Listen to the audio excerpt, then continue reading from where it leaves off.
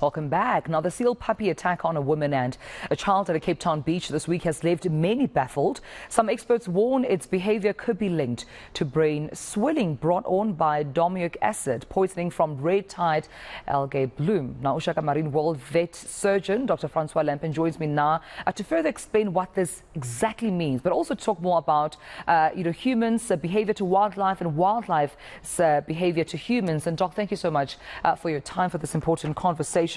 I'm sure you've seen the clip. I think what started as what most perceived as a cute moment, even those in the moment said they thought it was a cute moment, turned a bit violent. A young boy was attacked, a woman was attacked. When you first saw that clip, what first came to your mind as, a surgeon, as a professional? Good morning. Thanks for having me. My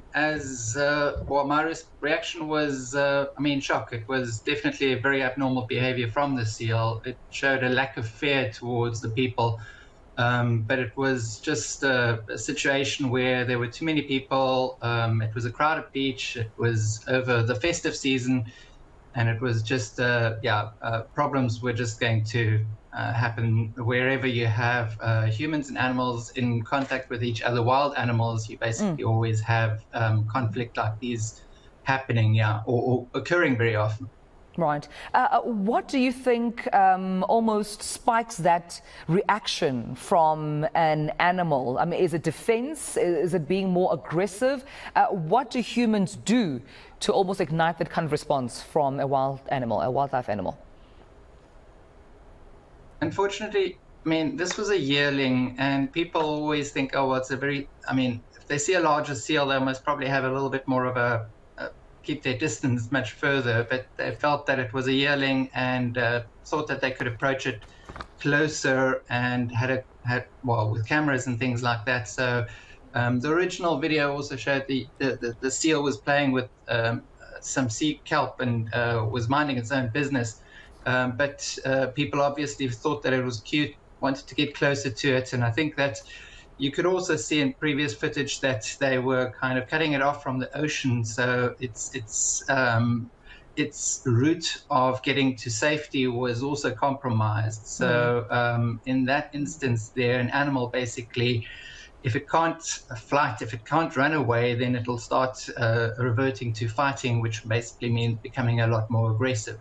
And it was also isolated, it was on its own, and in that situation an animal will very often basically have no choice but to become more aggressive.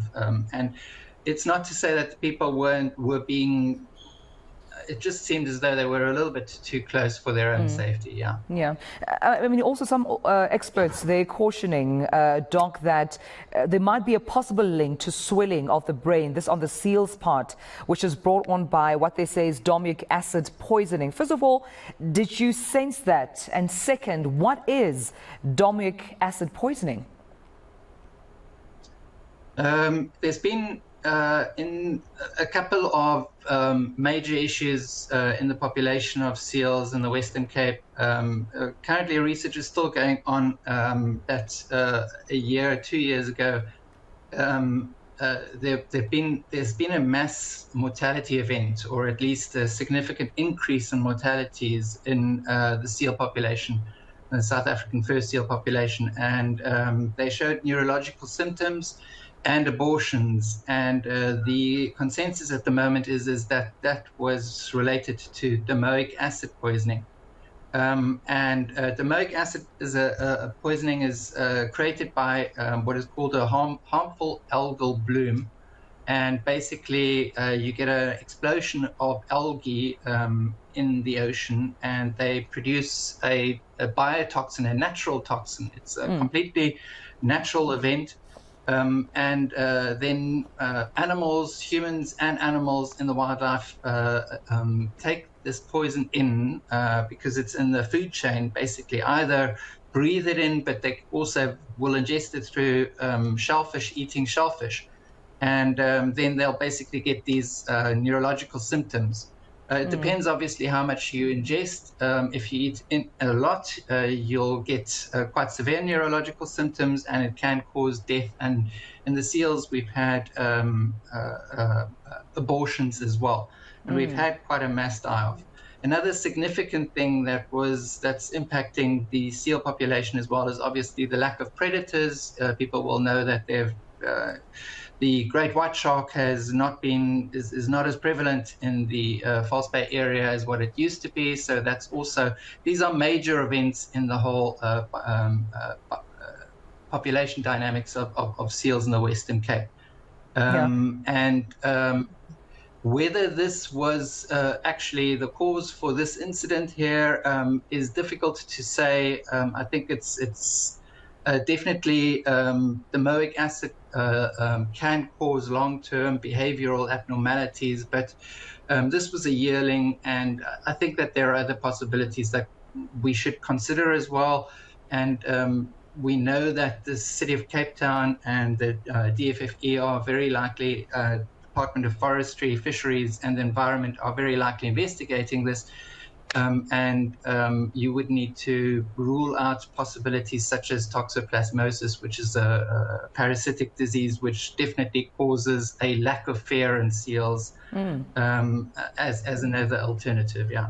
I suppose my last question to you then, Doc, is how would you advise us human beings to behave around, sea animals, wildlife, for our own safety? Also, but I think as a preventative measure against a possible attack. I think, again, and a lot of people have made this message quite clear, is keep your distance. If you have human-animal conflict, very often it's unavoidable, but very often you can actually if you see the animal, just keep your distance, and not just slight distance. They can move very, very fast, as some of the previous seal bite wounds incidents have shown. People were very surprised about how fast the animal can move. So just keep a very, very far distance, because even though you think that the animal is cute, the animal does not necessarily feels a lot of fear. Keep your distance. Do not approach them.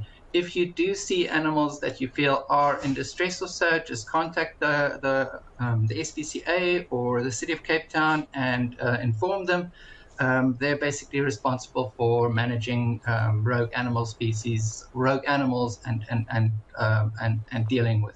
All right. Well, thank you so much, Dr. Francios Lampen. Just in time, we have to end our conversation there. uShaka Marine world resident Ve joining us, of course, this morning, giving us a view, his perspective on what could have been the possible, sort of consequence there happening, just in terms of, the seal attack against the boy and the women, but also advising to keep a distance away from wildlife or any sea animals, because you may think it's a cute moment that you're sharing with the animal. They may feel very much in danger and feel that their security is compromised and may attack and may defend themselves. So our good thanks to Dr. Francios Lampen for that conversation.